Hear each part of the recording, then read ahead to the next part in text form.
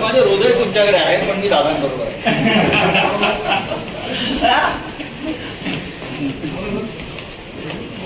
हो.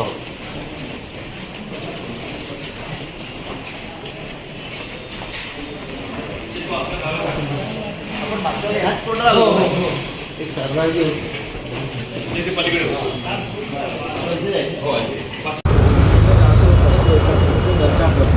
पण हे आपल्या संपवली पाहिजे.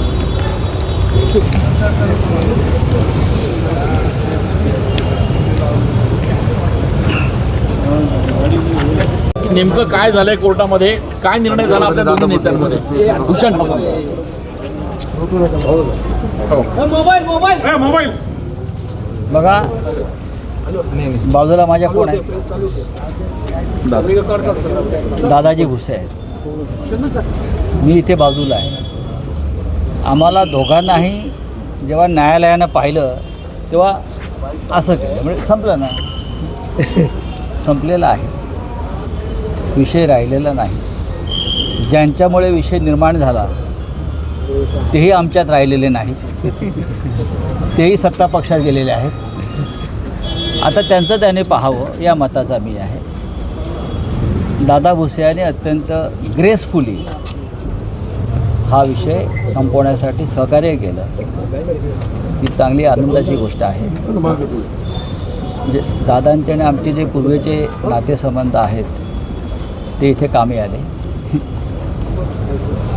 आणि माझ्या तब्येतीमुळे मला आता फार धावपळ अशी इथे लांब करता येत नाही, कारखाना येता येत नाही, पण जे घडलं आहे ते उत्तम घडलं आहे. राजकारणामध्ये अशा पद्धतीने आरोप प्रत्यारोप होत असतात, मात्र आता जे तुम्ही निर्णय घेतलेला आहे तो कुठेतरी महाराष्ट्राच्या राजकीय संस्कृतीला धरून आहे असं म्हणता येईल. महाराष्ट्राची ही संस्कृती आहे ना, यापेक्षा वेगळी संस्कृती कधीच महाराष्ट्राची नव्हती.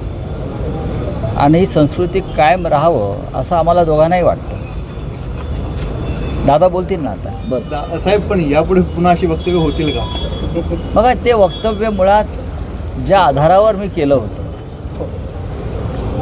तो आधार जो आहे ज्याने निर्माण केला होता त्याने आता त्या संदर्भात काय ते पाहावं. मला असं वाटलं की माझ्याकडून चुकीच्या आधारावर मी वक्तव्य केलं असं मला नंतर लक्षात आलं.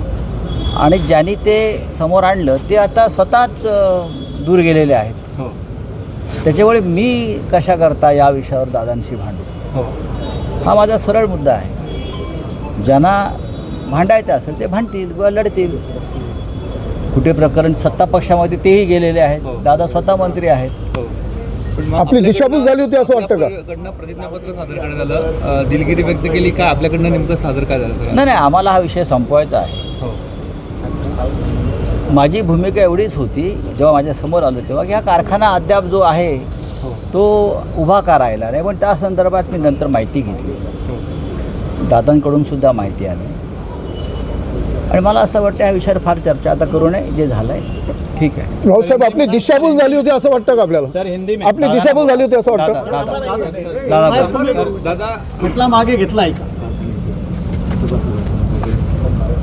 गिरणा साखर कारखान्यामध्ये मंत्री दादा भुसे यांनी 178 कोटींचा घोटाळा केला अशा आशयाची बातमी दैनिक सामनामध्ये माननीय संजय राऊत साहेबांच्या माध्यमातून छापून आलेली.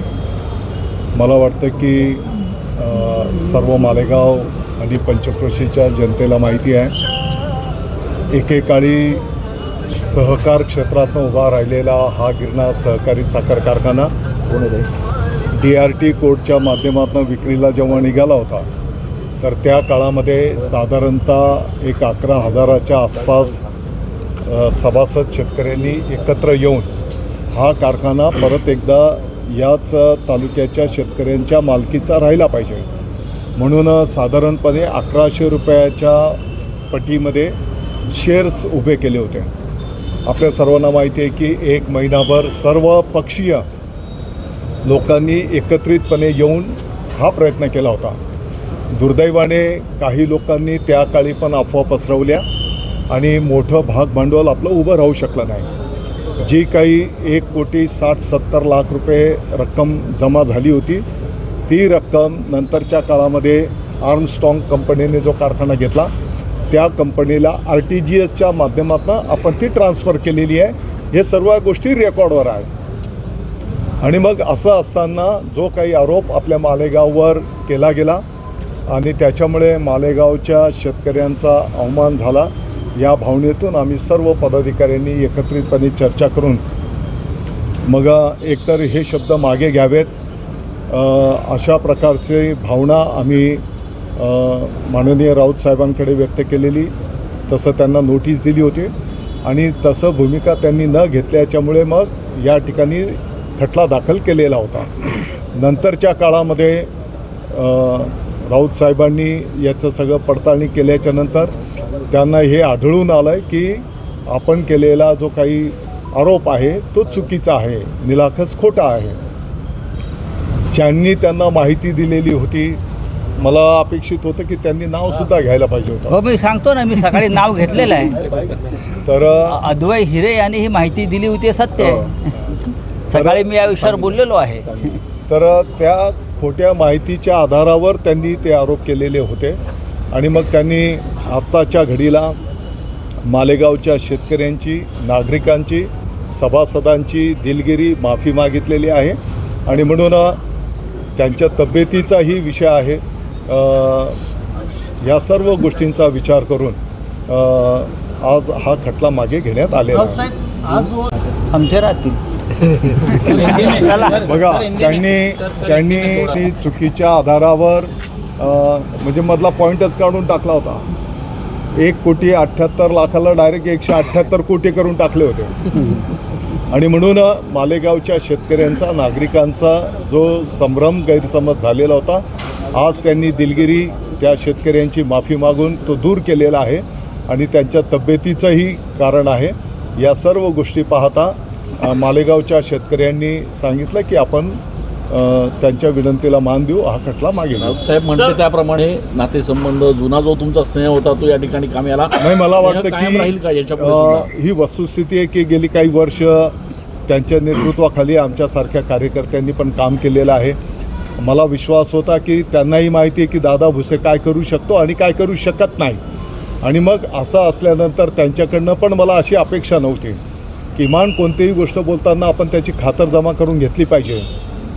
जेव्हा त्यांनी त्याची खातरजमा केली तर त्यांना आढळून आलं की बाबा आपण जे वक्तव्य केलं, जे लिहिलं ते चुकीचं आहे आणि त्यानंतर त्यांनी त्या पद्धतीची भूमिका घेतली. सर, मला 57 मराठी शाळा बंद पडलेल्या आहेत, बंद करता आहे, याच्याविषयी तुम्हाला दोघांचं काय? याच्यावर मुंबईत बोलू.